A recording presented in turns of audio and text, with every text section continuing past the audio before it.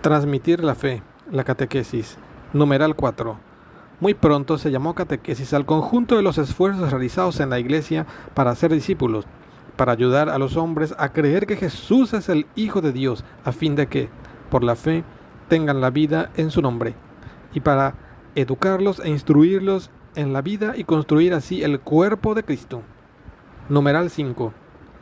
En un sentido más específico, globalmente, se puede considerar aquí que la catequesis es una educación en la fe de los niños, de los jóvenes y adultos, que comprenden especialmente una enseñanza de la doctrina cristiana, dada generalmente de modo orgánico y sistemático, con miras a iniciarlos en la plenitud de la vida cristiana. Numeral 6.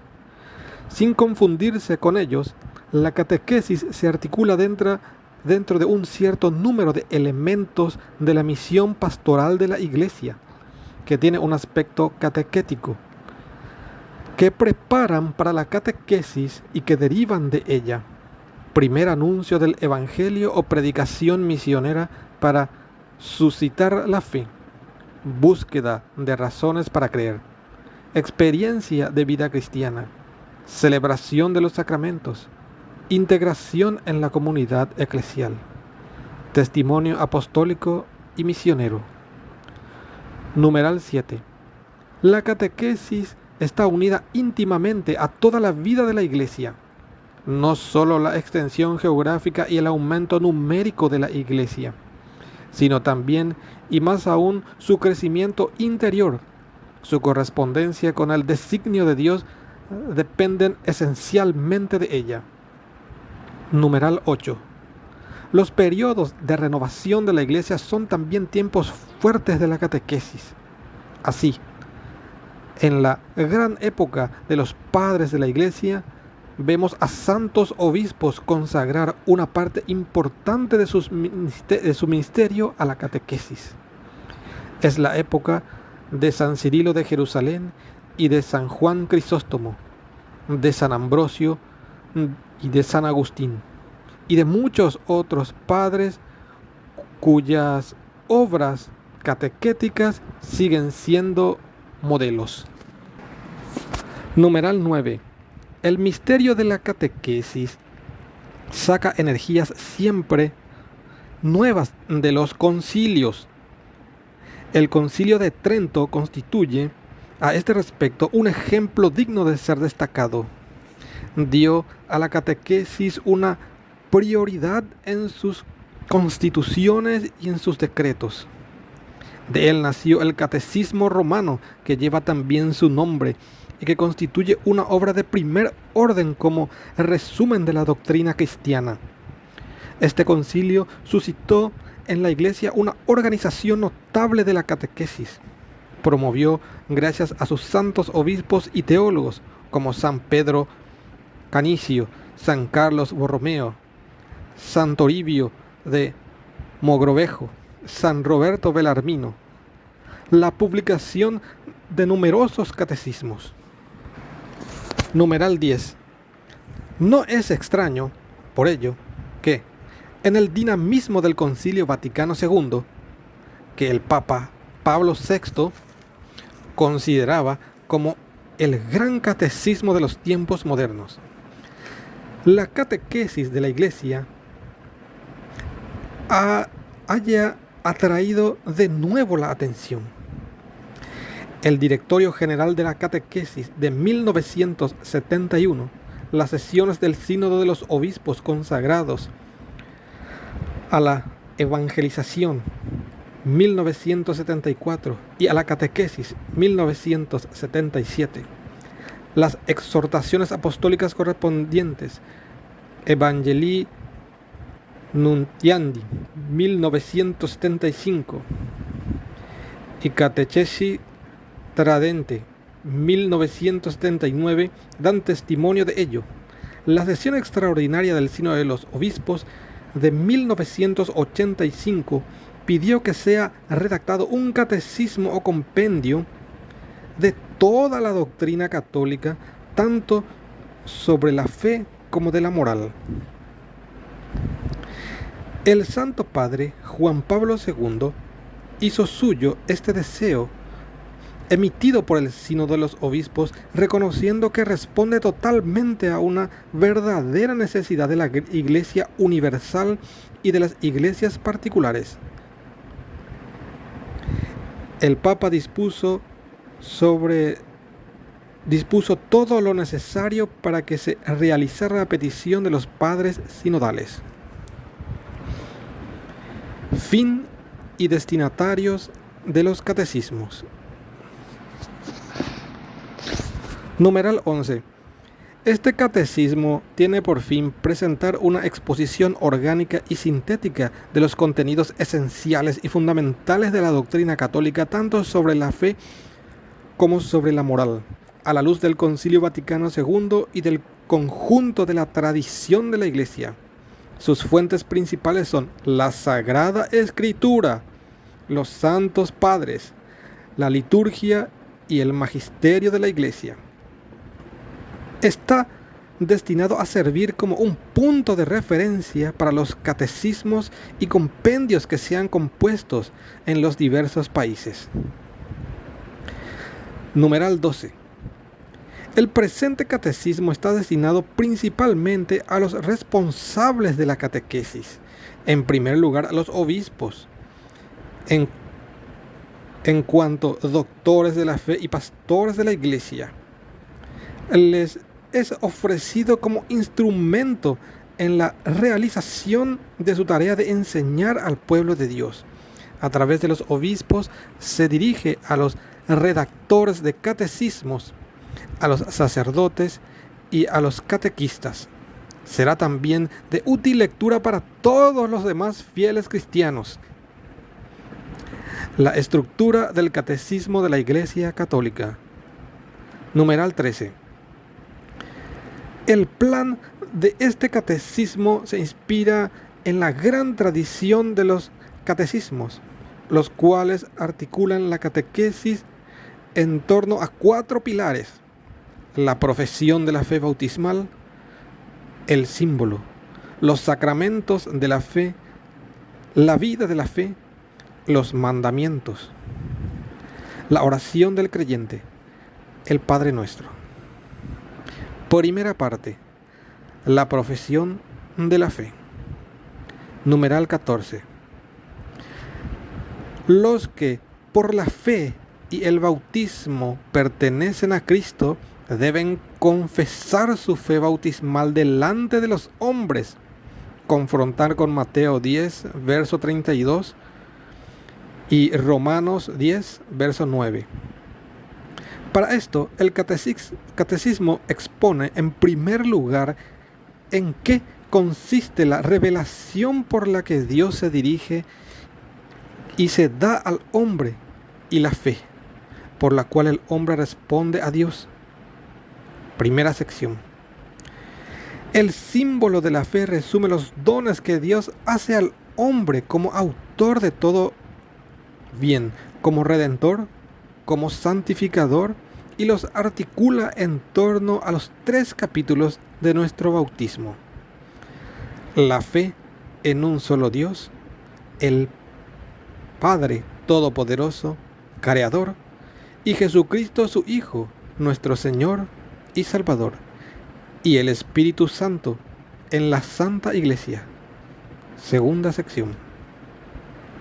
Segunda parte. Los sacramentos de la fe. Numeral 15. La segunda parte del catecismo expone la salvación de Dios, realizada una vez por todas por Cristo Jesús y el Espíritu Santo. Se hace presente en las acciones sagradas de la liturgia de la Iglesia. Primera sección. Particularmente en los 7 sacramentos. Segunda sección. Tercera parte, la vida de fe. Numeral 16. La tercera parte del catecismo presenta el fin último del hombre, creado a imagen de Dios, la bienaventuranza y los caminos para llegar a ella, mediante un obrar recto y libre y con la ayuda de la ley y de la gracia de Dios. Primera sección. Mediante un obrar que realiza el doble mandamiento de la caridad desarrollado en los 10 mandamientos de Dios. Segunda sección. Cuarta parte. La oración en la vida de la fe. Numeral 17. La última parte del catecismo trata del sentido y la importancia de la oración en la vida de los creyentes. Primera sección. Se cierra con un breve comentario de las 7 peticiones de la oración del Señor. Segunda sección. En ellas, en efecto, encontramos la suma de los bienes que debemos esperar y que nuestro Padre Celestial quiere concedernos. Indicaciones prácticas para el uso de este catecismo. Numeral 18. Este catecismo está concebido como una exposición orgánica de toda la fe católica. Es preciso, por tanto, leerlo como una unidad. Numerosas referencias en el interior del texto y el índice analítico al final del volumen permiten ver cada tema en su vinculación con el conjunto de la fe. Numeral 19. Con frecuencia, los textos de la Sagrada Escritura no son citados literalmente, sino indicando solo la referencia mediante CF. Para una inteligencia más profunda de estos pasajes es preciso recurrir a los textos mismos. Estas referencias bíblicas son un instrumento de trabajo para el catequista. Numeral 20. Cuando en ciertos pasajes se emplea letra pequeña, con ello se indica que se trata de puntualizaciones de tipo histórico, apologético o de exposiciones doctrinales complementarias. Numeral 21. Las citas en letra pequeña de fuente patrística, litúrgica, magistrales o hagiográficas tienen como fin enriquecer la exposición doctrinal. Con frecuencia, estos textos han sido escogidos con miras a su uso directamente catequético. Numeral 22. Al fin de cada unidad temática, una serie de textos breves resumen en fórmulas condensadas lo esencial de la enseñanza. Estos resúmenes tienen como finalidad ofrecer sugerencias para fórmulas sintéticas y memorizables en la catequesis de cada lugar. Las necesarias adaptaciones. Numeral 23. El acento de este catecismo se pone en la exposición doctrinal. Quiere, en efecto, ayudar a profundizar el conocimiento de la fe. Por lo mismo, está orientado a la maduración de esta fe, su enraizamiento en la vida y su irradiación en el testimonio. Numeral 24. Por su misma finalidad, este catecismo no se propone dar una respuesta adaptativa, tanto en el contenido cuanto en el método, a las exigencias que dimanan de las diferentes culturas, de edades, de la vida espiritual, de situaciones sociales y eclesiales de aquellas a quienes se dirige la catequesis. Estas indispensables adaptaciones corresponden a catecismos propios de cada lugar y más aún en aquellos que toman a su cargo instruir a los fieles. El que enseña debe hacerse todo a todos. Primera de Corintios 9, verso 22.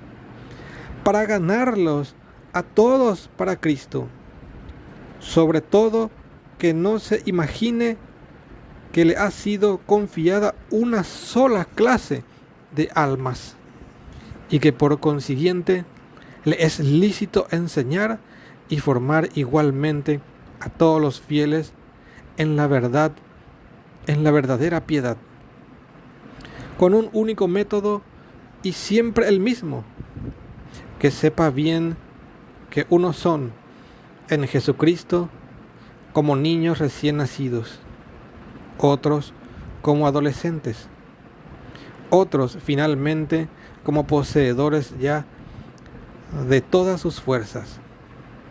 Los que son llamados al ministerio de la predicación deben, al transmitir la enseñanza del misterio de la fe y de las reglas, las costumbres, acomodar sus palabras al espíritu y a la inteligencia de sus oyentes.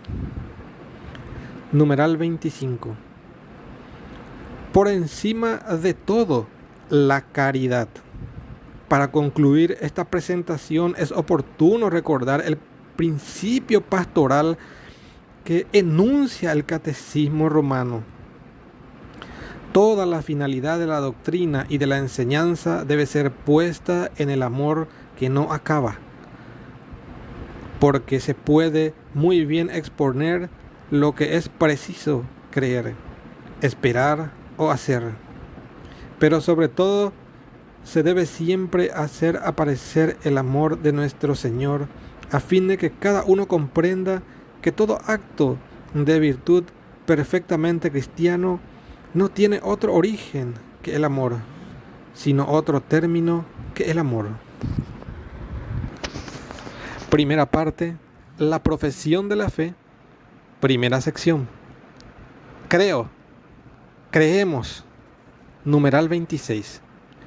Cuando profesamos nuestra fe, comenzamos diciendo creo o creemos.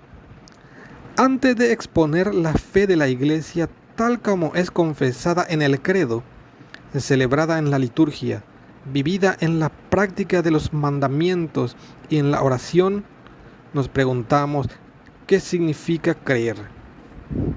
La fe es la respuesta del hombre a Dios que se revela y se entrega a Él, dando al mismo tiempo una luz sobreabundante al hombre que busca el sentido último de su vida. Por ello, consideramos primeramente esta búsqueda del hombre, capítulo 1, a continuación la revelación divina por la cual Dios viene al encuentro del hombre, capítulo 2, y finalmente la respuesta de la fe, capítulo 3. Capítulo 1. El hombre es capaz de Dios. El deseo de Dios. Numeral 27. El deseo de Dios está inscrito en el corazón del hombre, porque el hombre ha sido creado por Dios y para Dios, y Dios no cesa de atraer al hombre hacia sí, y solo en Dios encontrará el hombre la verdad y la dicha que no cesa de buscar.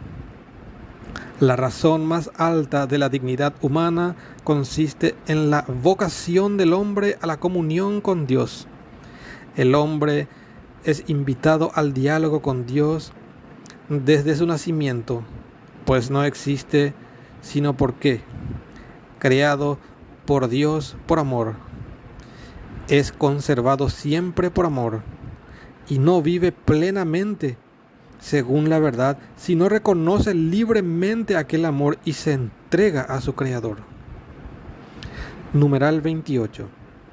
De múltiples maneras, en la historia y hasta el día de hoy, los hombres han expresado su búsqueda de Dios por medio de sus creencias y de sus comportamientos religiosos. Oraciones, sacrificios, cultos, meditaciones, etc. A pesar de las ambigüedades que puedan entrañar, estas formas de expresión son tan universales que se puede llamar al hombre un ser religioso. El creo de un solo principio, todo el linaje humano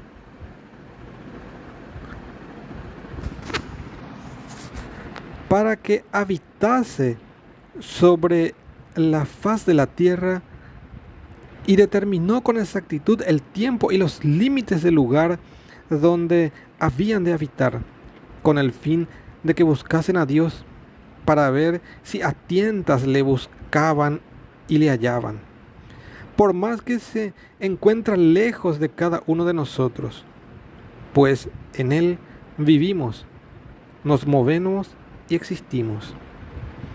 Hechos 17, versos 26 al 28. Numeral 29. Pero esta unión íntima y vital con Dios puede ser olvidada, desconocida e incluso rechazada explícitamente por el hombre. Tales actitudes pueden tener orígenes muy diversos: la rebelión contra el mal en el mundo, la ignorancia o la indiferencia religiosas, los afanes del mundo y de las riquezas. Confrontar con Mateo 13, verso 22. El mal ejemplo de los creyentes, las corrientes de pensamiento hostiles a la religión y finalmente esa actitud del hombre pecador que por miedo se oculta de Dios. Confrontar con Génesis 3, versos 8 al 10. Y huye ante su llamada. Confrontar con Jonás 1, verso 3. Numeral 30. Se alegra el corazón de los que buscan a Dios.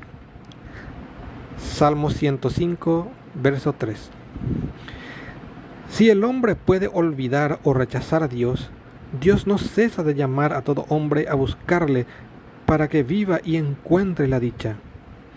Pero esta búsqueda exige del hombre todo el esfuerzo de su inteligencia, la rectitud de su voluntad, un corazón recto y también el testimonio de otros que le enseñan a buscar a Dios. Tú eres grande, Señor, y muy digno de alabanza. Grande es tu poder, y tu sabiduría no tiene medida. Y el hombre, pequeña parte de tu creación, pretende alabarte. Precisamente el hombre que, revestido de su condición mortal, lleva en sí el testimonio de su pecado y el testimonio de que tú resistes a los soberbios. A pesar de todo, el hombre, pequeña parte de tu creación, quiere alabarte. Tú mismo le incitas a ello, haciendo que encuentre sus delicias en tu alabanza, porque nos has hecho para ti y nuestro corazón está inquieto mientras no descansa en ti. San Agustín. Las vías de acceso al conocimiento de Dios. Numeral 31. Creado a imagen de Dios, llamado a conocer y amar a Dios, el hombre que busca a Dios descubre ciertas vías para acceder al conocimiento de Dios. Se las llama también pruebas de la existencia de Dios, no en el sentido de las pruebas propias de las ciencias naturales, sino en el sentido de argumentos convergentes y convincentes que permiten llegar a verdaderas certezas. Estas vías para acercarse a Dios tienen como punto de partida la creación, el mundo material y la persona humana.